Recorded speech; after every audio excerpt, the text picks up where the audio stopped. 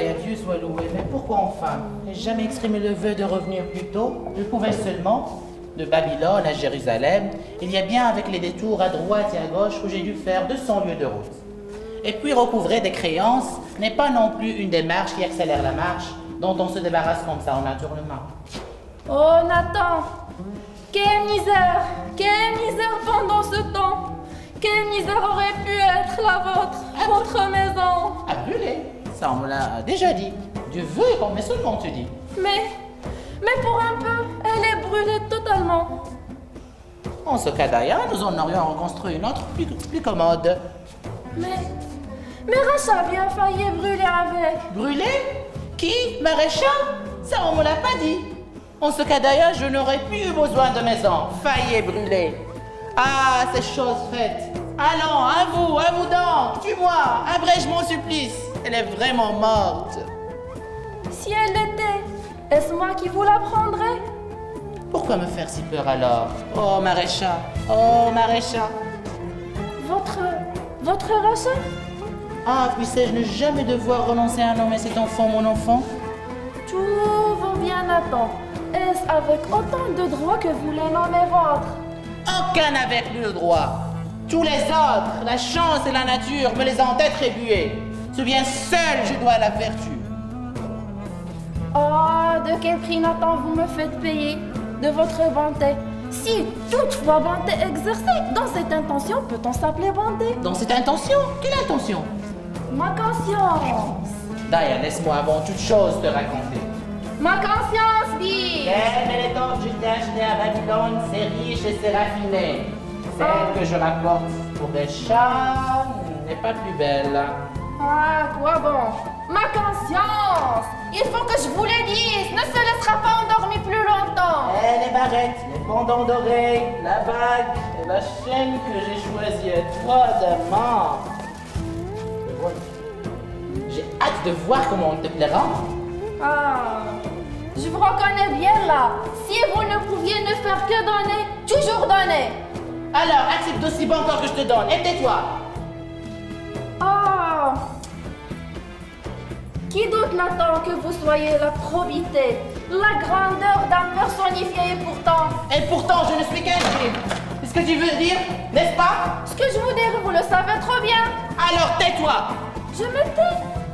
Que le crime qui se commet ici devant Dieu, je ne peux pas empêcher, je ne peux pas atténuer, je ne le peux pas qu'il retombe sur vous. Qu'il retombe sur moi. Mais où se cache-t-elle? Où est-elle donc? C'est-elle seulement que je suis de retour? Allez savoir le moindre de ses nerfs tressés encore d'effroi. C'est il dort, son esprit veille. C'est il veille, son esprit dort.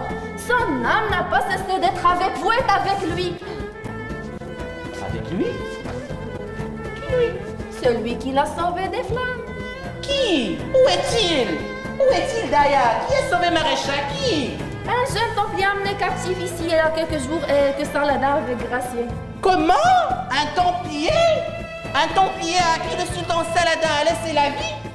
Fallait-il donc un prodige de cette taille pour sauver Maréchal? Oh mon Dieu! Où est-il Daya, ce noble cœur? Où est-il?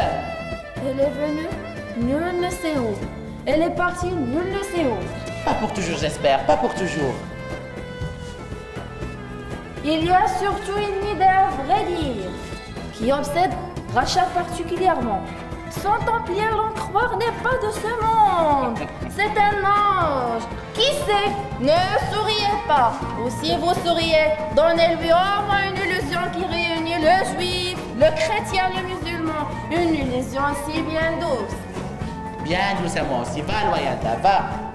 Vois ce qu'il fait si je peux lui parler. J'irai ensuite à la recherche de cet ange gardien si farouche et si fantasque. Je le trouverai et je l'amènerai ici. Vous êtes si bon et en même temps si mauvais. C'est donc vous, père. La pauvre Racha qui était la proie des flammes, qui a failli brûler. Failli seulement. Ne tremblez pas. Le feu. Quelle mort affreuse. Oh, ma chère enfant. Vous avez dû traverser l'Euphrate, le Tigre, le Jourdain, que sais-je encore. Que des fois j'ai tremblé pour vous, à vous, que le feu me frôle, mais vous n'êtes pas noyé. Et moi je n'ai pas brûlé. Réjouissons-nous et louons Dieu, car c'est lui qui vous a porté, vous et vos parts, sur un tel de ses anges invisibles. Et c'est lui qui m'a envoyé mon ange pour me faire traverser le feu sur son aile blanche. Son aile blanche? Le menton blanc du Templier, évidemment. Non, pas un ange de cette sorte, un vrai, à n'en pas douter. Ne m'avez-vous pas vous-même enseigné la possibilité qu'il y a des anges et que Dieu, pour ceux qu'il aime, soit capable de faire des miracles? Ne serait-ce pas pour Maréchal un miracle d'avoir été sauvé par un homme qu'il a fallu d'abord un miracle d'être sauvé? Et quel miracle? A-t-on jamais ouï dire que Saladin est une fois fait grâce à un Templier? Qu'un Templier est une fois demandé sa grâce, l'est espéré? C'est justement pourquoi ce n'était pas un Templier. C'est tout Templier qui entre captif à Jérusalem est sûr d'y trouver la mort. Si aucun ne circule avec cette liberté, comment l'un d'eux aurait volontairement me sauvé cette nuit-là? Bien trouvé, ma foi. À toi, Daya. Tu m'as bien dit qu'il était arrivé ici captif, n'est-ce pas? Oui, c'est ce qu'on dit. Mais on dit encore que Saladin avait gracié parce qu'il ressemblait à un frère qu'il aimait particulièrement. Mais il y a des années et des années que ce frère-là n'est plus en vie. Elle s'appelait je ne sais comment, elle demeurait je ne sais où. Tout cela semble tellement incroyable.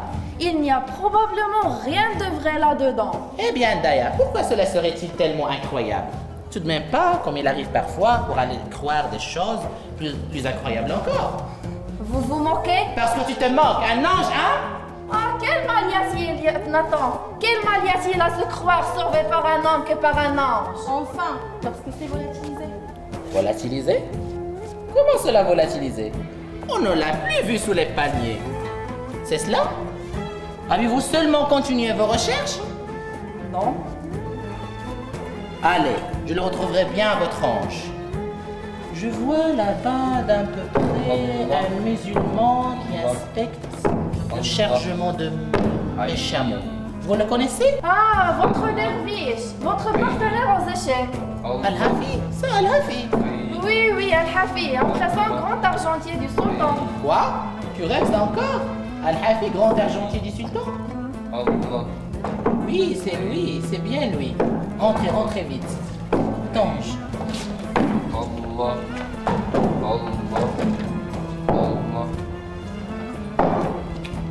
ouvrez les yeux aussi grand que vous pouvez.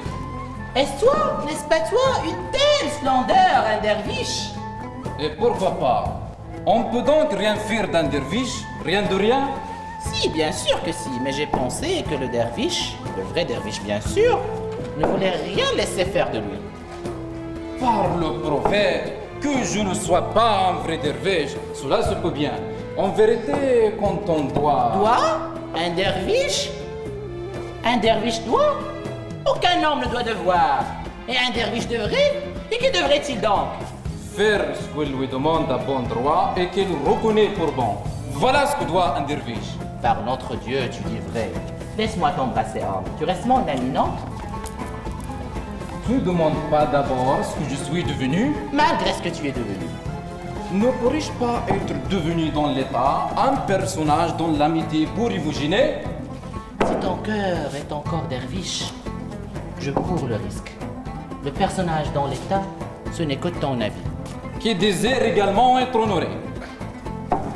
Tenez, que pensez-vous? Devinez, à votre cours, que serais-je? Derviche? Rien de plus. Mais en même temps, probablement, un cuisinier. Cuisinier? Et son doute serveur aussi. Avouez que Saladin me connaît mieux. Grand argentier. Voilà ce que je suis devenu chez lui. Toi, chez lui? Attention, de petits trésors. Le grand, c'est son père qui l'administre toujours. D'autres trésors de sa maison. Sa maison est grande. Plus grande que vous ne croyez. Tout mon Dieu est de sa maison. Mais Saladin a une telle horreur de la pauvreté. Et si j'aurais de la supprimer? Tout de même pas, derviche, tout de même pas. Ah, vous en parlez facilement, vous. Tenez, comment donnez-vous? Je vous cède ma place. Combien te rapporte-t-elle? À moi, pas beaucoup. Mais vous pouvez la faire joliment fructifier. Vous ouvrez vos écluses, vous faites une avance et vous prenez vos intérêts autant que vous voulez. Et l'intérêt de l'intérêt des intérêts? Absolument. Jusqu'à ce que mon capital ne soit plus qu'intérêt. Cela ne vous tente pas. Alors, dites tout de suite adieu à notre amitié, car en vérité, je comptais beaucoup sur vous. En vérité? Comment cela? Je pensais que vous m'aideriez à remplir ma charge avec honneur, que j'aurais toujours compte ouvert chez vous. Vanchez la tête, Nathan! Comprenons-nous bien. Il y a là une distinction à faire. Toi, pour toi, Al-Hafi le derviche est toujours le bienvenu dans ma maison, dans la limite de mes possibilités. Mais Al-Hafi, le grand argentier du sultan Saladin qui À qui? La hawla wa la quwwata illa billah. N'avais-je pas deviné, Nathan? Vous êtes toujours aussi bon que prudent, aussi prudent que sage. Patience. Je reviendrai. Allah. La hawla wa la quwwata. Nathan! Eh bien, qu'y a-t-il? Il réapparut et se montre à nouveau. Qui, Daya, qui? Lui! Lui? Comment ne se montre-t-il pas, lui? Ah, oui, Louis. Il n'a qu'un nom pour toi, Louis. Il ne deviendrait pas. Combien même il serait un ange. Il va et vient de nouveau. Il cueille des dates. Et il les mange? Un templier? Va lui dire que je l'en prie de venir, que je l'en prie cordialement. Ah, inutile. Il ne viendra pas chez vous. Pour tout dire, il ne viendra pas chez un juif. Alors va, accompagne-le au moins des yeux. Va, je te rejoins tout de suite.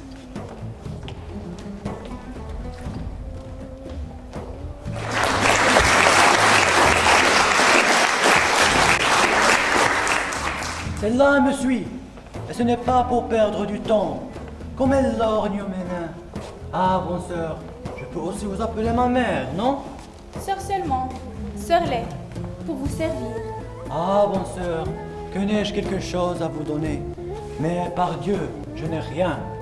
Un grand merci, quand même. Mais ce n'est pas pour une amende que je suis envoyée près de monsieur. Mais envoyez tout de même. Oui, du monastère. Je suis simplement chargée de m'informer sur vous, de vous tâter le pouls. Et je dois obéir. Et vous obéissez apparemment sans vous poser trop de questions. Alors dites-moi, qui souhaite si fort me connaître de plus près? Le patriarche, c'est lui qui m'envoie. Le patriarche? Ne connaît-il pas le sens de la croix rouge sur mon manteau blanc? Mais moi, je le connais. Eh bien, ma sœur, je suis un templier. Et j'ajoute que j'étais prisonnier, avec 19 autres. Mais j'étais le seul à être gracié par Saladin.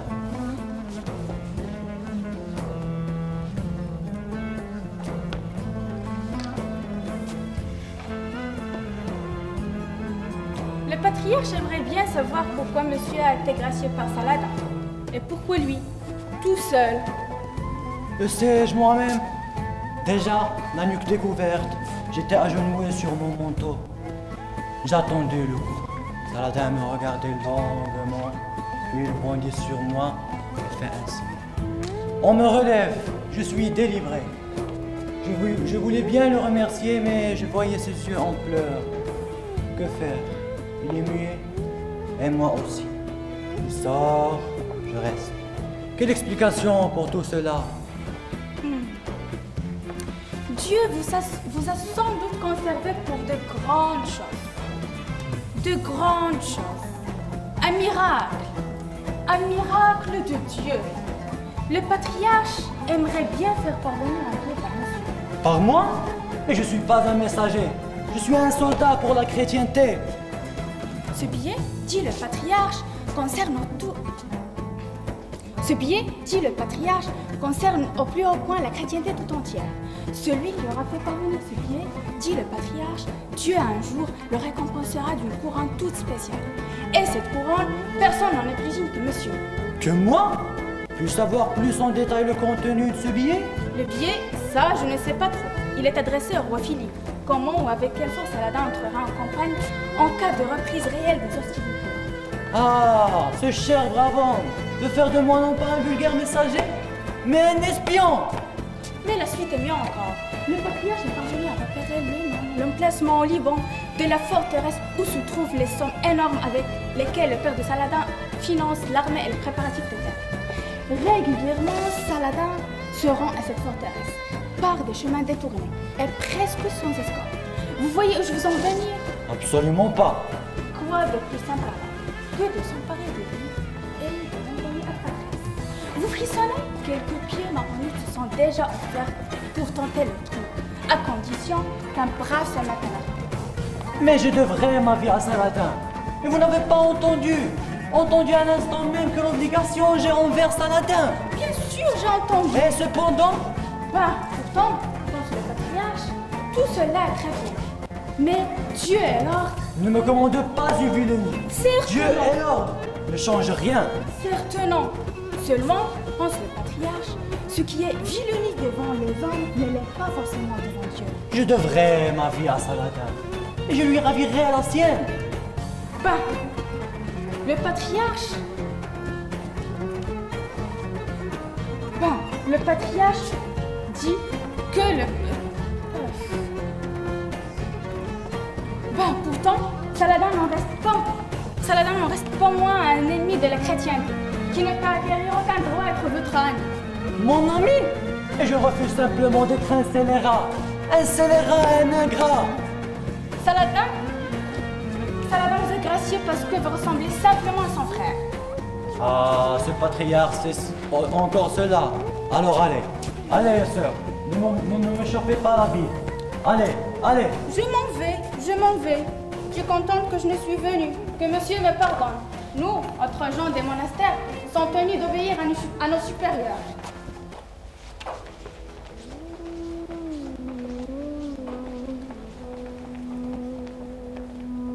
La sœur d'Irétan l'a pas laissé de très bonne humeur. Pourtant, il faut que je risque mon paquet. Ah, que vois-je, vous noble chevalier? Que vois-je? Merci, mon Dieu. Merci mille fois. Où étiez-vous passé tout ce temps-là? Vous n'étiez pas malade, j'espère. Non. En bonne santé alors. Oui. Nous étions, Racha et moi, très inquiets à votre sujet. Et le père de Racha est arrivé aujourd'hui. Et Racha peut espérer, n'est-ce pas? Quoi? Ce qu'elle vous a fait demander si souvent. Son père est arrivé aujourd'hui de Babylone avec 20 chameaux lourdement chargés. Pierres, étoffes, nobles épices, tout ce qu'on peut fournir de précieux. L'Inde, la Chine, la Syrie, même Je ne suis pas acheteur. son peuple le vénère comme un prince. Mais il s'appelle le sage plus que le riche. Et cela m'a souvent étonné. Oui, peut-être riche et sage pour son peuple. Alors, ne serez-vous donc jamais